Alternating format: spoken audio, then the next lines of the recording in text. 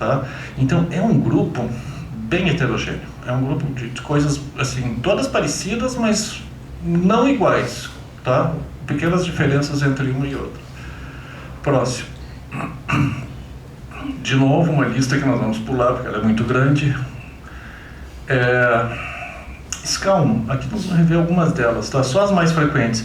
Essas ataxias, desses 30 tipos, a gente tem um slide mais na frente, lá no Gafrey, através de uma rede que se chama Rede Neurogenética, que o Gafrey faz parte e é coordenada pelo Hospital de Clínicas de Porto Alegre, a gente consegue testar as mais comuns. Então a gente consegue testar a 1, a 2, a 3, a 6, a 7, a 10, a 17 e uma que chama DRPA. Então eu vou rever essas rapidamente, porque essas são as mais comuns, que essas que estão na metade de cada aquela pizza, que são as causas conhecidas, as mais comuns, tá? A ataxia tipo 1 não é muito frequente entre a gente, ela tem grande variabilidade, ou seja, dentro de uma mesma família pode encontrar gente com uma forma severa, gente com uma forma leve. Ela tipicamente dá alteração de cerebelo e de tronco, e ela é causada por uma expansão no CAG, que normalmente as populações têm entre 6 e 31 repetições. Se a pessoa tiver mais que 39 repetições, ela vai ter ataxia, tá? Para esse gene. Ela também tem antecipação, em 15 a 20 anos em média, a pessoa demora mais ou menos 15 a 20 anos em média entre começar a ter sintomas e a marcha fica tão comprometida que ela precisa usar cadeira de rodas, tá? Ou seja, ela tem uma evolução mais ou menos nesse período. Próximo. A SCA2 também é rara. Aqui no Rio a gente tem algumas famílias, são poucas famílias. Vocês veem que elas são todas parecidas. Também tem ataxia, disartria, sabe o que é, não? É a alteração da fala causada pela... Quando tem cerebelo também comum. Então, em geral, as pessoas têm um fenômeno que chama disartria, que tem uma dificuldade maior para articular as palavras, que é uma coisa que a gente vê nas ataxias, e algumas mais do que outras, tá? SCA2 pode ter neuropatia periférica, é uma das poucas que pode evoluir para um quadro de demência. As outras não evoluem, a grande maioria, a pessoa tem uma grande dificuldade de cerebelo, de marcha, de fala, mas o sensório, a cognição é toda preservada, tá? Também é causada por expansão, normal até 32 repetições, se tiver acima de 35 repetições tem a doença. Próximo. SCA3, essa é a mais comum para a gente, mais comum em Portugal. Ela tem ataxia, disartria, ela tem uma coisa um pouco típica que nem todos os pacientes têm, mas quando tem é típico dela, que é aquilo que se chama retração palpebral e piscar infrequente. O paciente fica com o olho que parece mais arregalado, assim, parece um pouco de... A pálpebra retrai um pouco. Alguns pacientes têm isso, e isso só acontece no tipo 3. Também pode ter essa paresia, que é a paralisia da pálpebra. Alguns pacientes têm sintomas de Parkinson, a tal ponto que às vezes tem que fazer diagnóstico diferencial. As pessoas alguém pode achar que é Parkinson. Também tem dificuldade de deglutição, também tem neuropatia, tá? Aqui ela já é mais estudada, como essa doença é muito mais comum, ela já é mais estudada, então já se sabe que expansões maiores vão causar rigidez de início bem precoce na vida, as expansões intermediárias dão ataxia, e as expansões menores dão ataxia em início tardio. Início tardio é depois de 40, 50 anos, tá? Que a gente considera, e neuropatia periférica, e expansões entre 50 e 55, tá vendo aqui, intermediárias, elas causam uma doença que tem um nome curioso que chama síndrome das pernas inquietas. Não sei se vocês já ouviram falar isso. Em inglês chama Restless Leg Syndrome. A pessoa, quando vai dormir, começa a ficar mexendo a perna, assim. Diabetes, pode dar isso. Tem uma série de doenças que podem dar isso.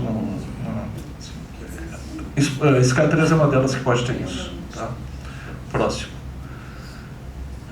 Aqui são os achados entre famílias com Machado Joseph, tá vendo? 62 pessoas com Machado Joseph. Você vê que os 62 tem ataxia de marcha, dos 62, 57 tem nistagmo, dos 62, 53 tem disartria. Ou seja, tem certos sintomas, são muito, nada é obrigado, mas são muito, assim, além da ataxia, tem outros sintomas que são muito comuns na doença, tá? 90%, 80% de frequência bem alta na doença. Vocês sabem a história dessa doença, porque foi chamada de Machado Joseph? Não. Ela foi descrita quase que simultaneamente, numa família, por pesquisadores no Japão e nos Estados Unidos. E nos Estados Unidos por uma família, que eu não me lembro se era Machado ou era Joseph, que era dos Açores e tinha migrado para os Estados Unidos, que foi descrita lá. E a outra família era uma família portuguesa também dos Açores, que tinha migrado para o Japão, e também foi descrita lá. Então foi dado o nome da doença dessas duas famílias. Então é a única, as outras só chamam de número, as outras chamam escala 1, 2, 6, essa tem nome, essa chama doença de Machado Joseph, ela acabou sendo mais conhecida por isso. Ela é prevalente no mundo todo, como vocês viram, é aquela azulzinha que a gente vê em diferentes países, mas em Portugal e no Brasil ela é bem mais frequente, e especificamente em Portugal ela é muito frequente nos Açores. Vocês sabem que os Açores são aquele arquipélago, aquelas ilhazinhas que estão lá no meio do Atlântico entre Portugal e América do Norte. Assim. Os Estados Unidos têm umas ilhas portuguesas, sempre foram portuguesas, inclusive muito importantes para a nossa colonização. E nos Açores, a frequência, são algumas ilhas ali, a frequência de Machado Joseph é 1 para 120. É muito, muito, muito alto. Então, ali são lugares que todo mundo conhece, ou tem um parente, ou conhece alguém. Inclusive, eles reclamam mais, para mim isso foi até uma coisa curiosa, eles reclamam mais de serem estigmatizados do que as pessoas com ataxia no Brasil, que é bem curioso. Porque todos se conhecem. Então eles dizem, não, eu sei que teu tio tem isso, tua prima tem aquilo, eles têm... Para mim foi uma surpresa, porque eu achava que como lá fosse mais frequente, já tivesse mais estrutura e de apoio para essas pessoas, mas no final eles se queixaram. Então... Uma pergunta? Por favor. E nesse local, Açores, essas ilhas, eles nunca fizeram assim um estudo do local, do ar, da terra, do mar, de alguma coisa por ali que tivesse para explicar o aparecimento maior? O que explica o aparecimento é um fenômeno, é uma coisa que em genética eles chamam de efeito fundador, que é assim, essa mutação apareceu muitos anos atrás, e eles estimam que ela apareceu em 2 lugares diferentes. Ela teve 2 aparecimentos diferentes, porque elas podem aparecer e ficar, né? Em Portugal, na Europa, no oeste da Europa, e no extremo leste da Ásia, no Japão. Efeito fundador é assim, tem uma pequena população que tem aquela mutação, e ela é frequente naquela pequena população. E por algum evento histórico, por alguma coisa, aquela população sofre um gargalo populacional, que é o que deve ter acontecido nos Açores, ou seja, foi uma população fundadora muito pequena, e essa população fundadora muito pequena tinha esse gene numa frequência bem alta, essa alteração, e aquilo se tornou frequente lá. Então, no caso, seria pela intercalação da população e não por alguma coisa ali que... Ambiental, isso, exatamente. Exatamente. A teoria é que a hipótese é que ela tenha aparecido endogenamente, como as mutações podem aparecer, mas ela se tornou muito frequente nessa população por essa questão demográfica, por esse gargalo populacional. Outro motivo que pode manter um gene muito frequente numa população, mas aí não é das doenças dominantes, é das recessivas, é aquilo que chama consanguinidade, é casar tem populações que tem muito casamento endocruzado entre parentes, e aí dá um risco, mas não é para a doença dominante, não é para as ataxias, é para as recessivas. Então, o Machado Joseph foi descrito em Portugal.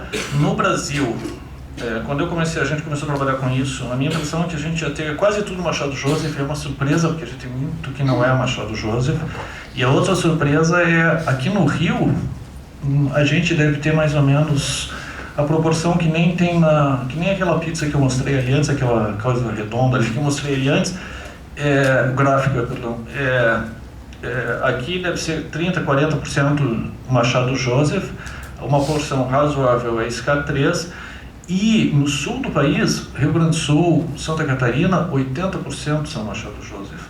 Muito mais do que aqui. Lá, por causa da rede de neurogenética começou lá, tem mais pessoas testadas nessa região, e isso também se explica historicamente porque Porto Alegre é uma cidade que foi fundada por açorianos.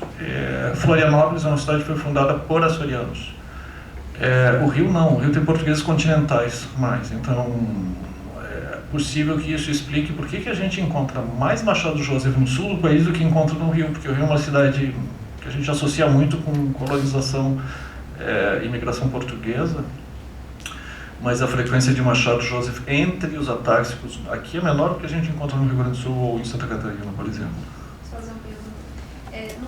dos Açores que tem essa frequência de 1 para 125, lá a ataxia Machado Joseph ainda é considerada doença rara ou ela já é uma doença não. que tem política pública mais desenvolvida, que tem alguma... Tem mais ou menos. Eu nunca estive lá. O grupo de Porto Alegre esteve lá e eles me contaram, eu não fui nessa reunião, foi uma reunião de ataxias organizada pelo pessoal de lá, que depois eles foram para o Rio Grande do Sul também, e isso para mim foi uma surpresa. Eles se queixaram de que eles têm menos infraestrutura, eles são mais estigmatizados. Eles chegaram no Rio Grande do Sul, em Santa Catarina, e acharam que o pessoal tinha melhores condições de infraestrutura para serem atendidos do que eles. Então eu não sei te dizer se existe uma política de Estado, se é ineficiente, não sei porque eu não estive, mas numericamente deveria haver, né? Porque é uma doença muito prevalente e incapacitante, né? Que gera uma incapacidade. Passa o próximo. Ih, piorou, passa o próximo. SCA6 é uma SCA rara, o tipo 6, e é o que se chama ataxia cerebelar pura. Ela é, de todas as ataxias, é a que mais dá um quadro que é só ataxia, sem outras coisas, tá? Mas aqui pra gente ela não é muito frequente. O mesmo gene que causa isso também causa enxaqueca hereditária. Passa pro próximo. Essa pra gente é mais importante aqui, porque ela é muito frequente no Rio. Eu não sei se nos outros estados ela é muito frequente, a gente ainda não tem dados. Ela se chama SCA7, ela não tem um epônimo, ela não chama síndrome de fulano ou de beltrano. E ela tem esse problema que é bem complicado. Ou seja, além da ataxia, ela tem dois problemas importantes que são: ela causa uma degeneração retiniana progressiva, que leva a uma atrofia do nervo óptico, que leva a uma cegueira, igualzinho a pessoas que têm retinite pigmentar. Não sei se é uma doença que vocês já ouviram falar. É uma doença que a retina vai ficando pigmentada, a pessoa vai perdendo a visão, uma hora perde a visão, tá? Aqui é um complicador, porque a pessoa, além de ter ataxia, ela perde a visão, que às vezes é mais complicado do que a ataxia. Essa é das doenças que tem mais antecipação, ou seja, quando passa de uma geração para outra, a doença tende a ficar mais grave. E aqui a antecipação é quase toda paterna, quando a doença passa do pai para os filhos, mais do que da mãe para os filhos, tá? E aqui, essa é das formas raras que às vezes a gente pode ter doença na infância, que aqui não é comum. Às vezes pode ser tão grave que já começa a ataxia na infância. Próximo. Essa daqui, perdão, a sétima, essa SCA7, o diagnóstico dela é muito mais fácil do que dos outros, porque vai no oftalmologista, o oftalmologista vê retinose pigmentar e eu já sei que é 7. Tá? Então ela é a única que dá isso, ela é a única que tem essa alteração. Tá? SCA17 é um pouquinho diferente das outras, ela não é muito comum aqui, felizmente, porque é das poucas que, além da ataxia, ela tem sintomas psiquiátricos. E pode ter epilepsia e pode ter demência, que são complicadores, então felizmente aqui ela não é muito comum. A gente faz ressonância, em geral, tipicamente pessoa com ataxia, quando eu faço ressonância, eu encontro a atrofia do cerebelo e o cérebro normal. Mas nessa doença eu posso encontrar, na 17, além da atrofia do cerebelo, eu posso ter do cérebro, posso ter demência, ou seja, ela tem sintomas cerebrais além de sintomas cerebelares. Tá? Próximo. Essa é uma que tem um nome comprido, chama DRPLA, que é atrofia dentato, rubro, pálido luisiana. São 4 núcleos que tem no cérebro e que ficam comprometidos, aí dá esse nome complicado, e que é mais fácil conhecer por aquela sigla que é DRLPA. Essa também, infelizmente, não é muito comum, tá? Porque ela também, a gente deve ter talvez, acho que um caso ou 2 aqui de famílias confirmadas, e ela também está associada com demência, é das poucas que está associada com demência, também pode ter epilepsia, que aquelas outras, a 1, a 2, a 3, a 6, a 10, não tem esses achados, mas essas aqui podem ter, tá? Próximo. Então, todas essas, a SCA1, a DRLPA, a 2, a 3, que é Machado Joseph, a 6, a 7, a 8, a 10, a 12, todas são causadas pelo mesmo defeito, só que em genes diferentes, ou seja, tem uma repetição CAG que aumenta muito, tá? Todas elas têm uma faixa normal, tá vendo? Até tantas repetições. Todas elas têm uma faixa que a gente fica não tem certeza se o indivíduo vai desenvolver sintomas ou não. E todas elas têm uma faixa que a partir daquilo a pessoa desenvolve sintomas. E quanto mais expandido, teoricamente, maior severidade vai ter o quadro. Próximo. Aqui vocês veem, ó, SCA1, SCA2, SCA3, 6 e 7, indivíduos que têm pequenas repetições, repetições intermediárias, grandes repetições, repetições imensas. Vocês vão vendo que a doença vai ficando mais grave. Por exemplo, SCA2, pequenas repetições, tem só tremor, depois com repetições médias tem ataxia, repetições maiores tem coreia, demência, repetições bem maiores tem distonia, tá? Ou seja, existe claramente uma correlação entre quanto mais expandido está aquilo e a severidade do quadro, tá? Próximo. Isso aqui é um trabalho brasileiro. Onde estão aqui, ó? Tá vendo lá? Não sei se vocês conseguem enxergar ali. SCA1, SCA2, SCA3, 6, 7. Tá vendo no Brasil a SCA3 como é muito mais frequente do que as outras?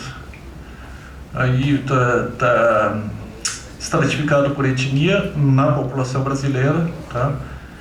No Rio, que a gente tem um pouquinho diferente, esse trabalho é antigo, a gente ainda não tinha os dados do Rio. SCA7 aqui no Rio é bem frequente. Passa o próximo. Mesma coisa, todos com expansão CAG, a gente já viu isso, pode passar o próximo.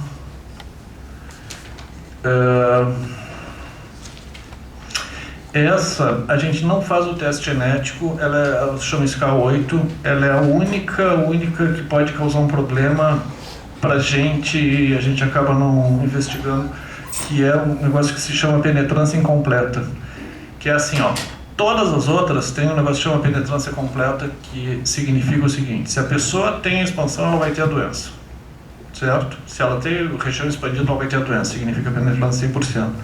Então você tem lá, teria que ter até 30 repetições, você faz o teste, encontra 50 repetições ou 60 repetições, você sabe que a pessoa vai ter a doença. Na SCA8 não. A SCA8 você tem o que chama penetrância incompleta, que eu posso testar o indivíduo ter 60 repetições, o limite é 30 e ele não desenvolve doença. Ele vive até os 80 anos, morre de qualquer outra coisa e não desenvolve doença, tá? Então, esse teste ele fica com um valor clínico muito mais limitado, porque eu não consigo voltar para a pessoa e dizer assim, vai ter doença, não vai ter doença, ou espera isso, ou espera aquilo, mas felizmente ela é mais rara, tá? Essa não está na lista das... A gente só... Na verdade, o que a gente faz, eu vou chegar lá mais adiante, a gente testa primeiro as mais comuns e se a pessoa a família está naquelas que não tem nenhuma dessas mais comuns, a gente começa a testar as outras paulatinamente. Próximo. SCA10 também não é muito comum, essa a gente faz o teste. Ela foi descrita no México, essa forma de ataxia, ela é comum em ameríndios e foi descrita no México, e ela tem uma coisa que está lá em vermelho, que atrapalha, que ela tem também, que é epilepsia. As outras não têm epilepsia, essa pode ter epilepsia, a pessoa pode ter crises convulsivas associadas, tá? No Brasil não é comum, ela foi descrita no México. Passa o próximo. Depois a gente tem essas EA1 e EA2, se chama ataxia episódica 1, ataxia episódica 2. Tem um tipo de ataxia que é por episódica, ela é por episódios, ela não é insidiosa e linear como as ataxias espinocerebelares. É assim, o indivíduo está bem, aí ele tem um episódio que ele fica bem atáxico, foi bem ruim, depois ele melhora e a vida dele continua, depois ele tem um episódio que fica bem atáxico e aí ele melhora. Ou seja, o que desencadeia isso? Tem diferentes coisas, se conhece mais ou menos o que desencadeia isso. Ele pode ficar com um pouco de ataxia de base, mas basicamente ela é episódica, ela não é contínua, tá? A gente também tem esse quadro. E essa daqui, diferente das outras, porque as outras a gente tem pouca opção terapêutica, essa a gente consegue usar, tem uns pacientes que usam esse remédio que se chama acetazolamida, que existe no mercado no Brasil, e tem pacientes que a ataxia, a gente tem inclusive duas famílias lá no Gafre que usam, e diminui a frequência de episódios de ataxia. Mas essa é diferente das escalas, aquelas 1, 2, 3, 6, porque aquelas são lineares. Essa é bem fácil, a história é bem diferente. A pessoa está bem, daí ela tem ataxia, depois ela melhora, porque na escala típica a pessoa não melhora da ataxia, a pessoa vai... aquilo vai evoluindo lentamente. Próximo. aqui nós temos... Não precisa, pode pular isso. Aqui nós temos... tem dois tipos. Tem as ataxias pelas poliQ, que são as expansões, e as outras ataxias que não são poliQ. Na ressonância tem pequenas diferenças, eu não acho que vale a pena a gente entrar em detalhes, mas basicamente, não sei se vocês conseguem ver aqui, o cerebelo é aquela estrutura que está ali atrás. Ó. Isso, está bem atrofiado aqui, tá vendo? Bem atrofiado aqui. Então sempre vocês vão encontrar um certo grau de atrofia, mas aqui tem pequenas nuances de imagem que eu acho que não vale a pena a gente entrar em detalhes, que ele não te diz com certeza, mas a ressonância pode sugerir se é um tipo de ataxia ou outro tipo de ataxia, dependendo da imagem. Tá? Próximo. Isso é uma guia para fazer, porque como tem 30 tipos e eles são muito sobrepostos, então existem alguns guias tipo esse daqui. Por exemplo, quando a pessoa só tem ataxia cerebelar, testa primeiro SK6 e SK5. Quando a pessoa também tem um quadro de demência associado, testa SK17. Quando também tem parkinsonismo, testa SK3. Ou seja, é uma espécie de um... Na verdade, o que a gente faz, a gente tem um painel e testa as mais comuns em todo mundo, porque esses quadros são muito sobrepostos. Então a gente tem a 1, a 2, a 3, a 6, a 7, a 10 e a 17, que a gente testa em todas as ataxias, independente dessas variações, tá? Próximo. Aqui, ó. Só deixa aqui um minuto. Tá vendo ali o último, ó? Retinopatia pigmentar. A única que tem é SK7. A única que vocês vão no oftalmologista, o oftalmologista vê pigmentação anormal na retina é SK7, tá? Próximo. Duas palavras sobre teste genético, pessoal, que é o que a gente faz lá e a maneira de fazer o diagnóstico dessas ataxias. Às vezes a gente vê, e eu vejo isso com uma certa frequência, a pessoa indo de um especialista para o outro, fazendo um exame caro, fazendo outro exame caro, não chega no diagnóstico. O teste genético, a gente vai chegar no diagnóstico e vai saber que tipo de ataxia tem, pelo menos dessas mais comuns. Não é muito caro. Mesmo se faça particular, hoje deve custar R$1.000, R$2.000, não é um exame muito caro, e vocês comparem isso com o preço de uma ressonância, por exemplo, que deve custar R$1.000 a R$2.000, e te dá muito menos informação. Se você pode fazer uma ressonância, outra não chega no diagnóstico, um teste genético você vai chegar no diagnóstico. Então, ainda existe uma noção de que o teste genético é uma coisa muito difícil, muito inacessível, mas tem certos testes, e para essas expansões, eles são, tecnicamente, não são caros, e a gente consegue fazer, e é muito importante, e vale a pena fazer, tá? Nos pacientes atáxicos, os testes genéticos tem mais especificidade e sensibilidade, ou seja, eles são mais efetivos no paciente com ataxia. Para saber que tipo de ataxia o teste genético vai me dar mais informação do que a ressonância, tá? Além de tudo, além disso, o teste genético permite definir o diagnóstico, ou seja, daqueles 30 ataxias, pode ser que o teste não encontre nenhuma, que é o que a gente sabe que pode acontecer, mas pode ser que testando eu saiba se é a 3, é a 6, é a 7, é a 10, é a 17, tá? Embora essas sejam doenças incuráveis do ponto de vista de que tem uma alteração no DNA, e a pessoa vai ter aquela alteração, até hoje ninguém desenvolveu um método eficiente para modificar isso, ela permite algumas coisas. Primeiro, que a gente sabe qual ataxia é. Segundo, que permite uma discussão informada, ou seja, se você sabe que ataxia você sabe que riscos você pode esperar A ou B ou C para se planejar dentro daquela ataxia. Você sabe o risco para os familiares, tá? E, importante isso, no final, possibilidades terapêuticas disponíveis. Por quê? Porque elas são, cada uma causada por um gene, e amanhã ou depois, ou daqui a 2 ou 3 ou 4 anos, pode aparecer uma pesquisa que beneficia um tipo, mas não beneficia o outro, que isso é razoavelmente comum de aparecer. Então é bem importante ter o genético para saber que tipo a pessoa tem, tá? Próximo. Fernando, o teste genético, o sequenciamento genético, ele é feito em Porto Alegre, todos eles. No Rio não se faz. Não, o que acontece agora, a gente está no período de transição. Até o ano passado era feito tudo em Porto Alegre. Agora, como eu estou na Fiocruz também desde o ano passado, a gente está montando essas técnicas na Fiocruz.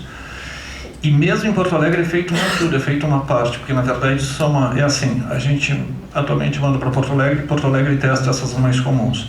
Os pacientes que não têm as mais comuns, a gente tem uma colaboração com o Serviço de Portugal, da Universidade do Porto, que eles têm uma grande experiência de ataxia por causa do Machado Joseph, e eles testam algumas dessas que são menos comuns. Então, na verdade, o que a gente faz assim, manda para lá, que essas técnicas que agora a gente deve implementar na Fiocruz daqui um pouco, ou seja, se for das comuns, a gente fecha o diagnóstico e já sabe. Das que são menos comuns, aí continua procurando, né, para identificar. Então, daqui a algum tempo estará disponível no Rio também, o teste. Sim. De qualquer maneira, a gente tem ele disponível aqui no Rio através da rede, mas nós vamos passar a fazê-lo dentro da Fiocruz. Isso. Não. Isso mesmo. Nas próximas perguntas, peço para o pessoal para pegar o microfone, vou deixar aqui. Isso. Para poder gravar, porque está gravando. Tá certo. Para deixar ele aqui, disponível aqui, ó. Deixa aqui embaixo. Aí deixa aqui. Ele vai até lá aqui. Quando for falar, já entrega o... Pessoal, aqui tem um mini fluxograma.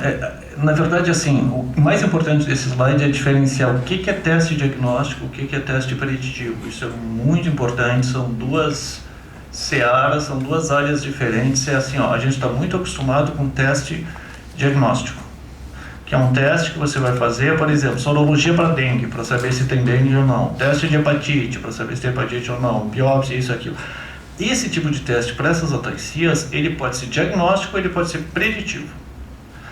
Ele é diagnóstico no indivíduo que tem ataxia, tem sintomas, eu vou lá e faço o teste para saber que tipo de ataxia ele tem, e ele é um teste diagnóstico, certo? Porém, se esse indivíduo tiver um irmão ou uma irmã que tem 25 ou 30 anos e que não tem ataxia e quer ser testado, esse teste também pode ser realizado e o indivíduo pode saber se ele tem expansão ou se ele não tem expansão, mesmo antes de ele ter iniciado a sintomatologia. Vocês entendem isso? Isso muda completamente de figura, porque aqui não é mais um teste diagnóstico, é um teste preditivo. Ele passa a predizer se a pessoa vai desenvolver uma doença ou não. É outra seara, é outra área, tem outras implicações. E aqui a primeira coisa que vem à mente para a gente é assim, existe a possibilidade de se fazer, essa é uma das doenças que nem doença de Huntington, as ataxias, tem uma série de doenças, câncer hereditário, tem uma série de testes que a gente já pode fazer agora para saber se a pessoa tem risco de desenvolver uma determinada doença ou não. Aí vem a questão seguinte, assim, existe alguma coisa que você possa fazer, uma vez que você tem a informação, que você sabe que você vai desenvolver a doença, que possa atenuar o curso da doença ou modificar, ou de alguma forma modificar o curso daquela doença? Para as ataxias, hoje, não existe. Não tem tem bastante pesquisa feita sobre isso, mas assim, tecnicamente a gente consegue fazer, começando a fazer teste preditivo dentro de certos, ainda de uma área mais circunscrita, mas esse teste, justamente por causa do caráter preditivo dele, é assim, sempre isso é obrigatório, tem que ter aconselhamento pré-teste, tem que ter aconselhamento pós-teste. O que significa isso? E tem que ter avaliação psicológica. Por isso que a gente conta com a Alice, com a doutora Alice Marinho lá no Gafré, que sem ela a gente não conseguiria fazer isso, porque os pacientes têm que ser, assim, o paciente vai fazer um teste, ele tem que fazer aconselhamento antes e depois. Antes, para saber que teste vai fazer, que informação aquele teste pode trazer, que benefícios aquele teste pode fazer. A pessoa entender que aquele teste não é obrigatório, se ela quiser não fazer o teste, ela não precisa fazer o teste, ou seja, é uma decisão informada em última análise, e todo mundo faz uma avaliação psicológica antes. Eu trabalhei um tempo no INCA com câncer hereditário, a gente fazia a mesma coisa, faz uma avaliação para saber motivação, contexto, estrutura, porque tem certas pessoas que às vezes o teste pode ser mais maléfico do que benéfico, aquela informação pode trazer mais problema do que benefício. Então isso é um aspecto bem importante de ser abordado, tá? Além disso, tem que ter consulta pós-teste, tem que voltar no teste e dizer assim, esse resultado significa isso ou significa aquilo, porque em genética a gente tem, ainda existe em genética, durante algum tempo vai existir alterações que a gente não sabe o significado. Que você tem uma mutação e ainda tem um monte de perguntas associadas a ela. Então, é importante que exista tanto aconselhamento pré-teste, aliás, importante não, obrigatório, tá? Todo mundo faz teste preditivo, tem que fazer aconselhamento pré-teste, tem que fazer pós-teste, tem que fazer avaliação psicológica. Porque aqui a penetrância é de 100%, ou seja, se você testa a pessoa e a pessoa tem uma expansão maior que o tamanho lá normal daquela expansão, ela vai desenvolver a doença. Eu não sei quando ela vai desenvolver, mas ela vai desenvolver a doença, porque a penetrância é de 100%. Por isso que aqui, esse tipo de teste tem que ser bem contextualizado, tá? Próximo. Outra coisa, ainda nesse slide, isso aqui, ó. Teste negativo não exclui ataxia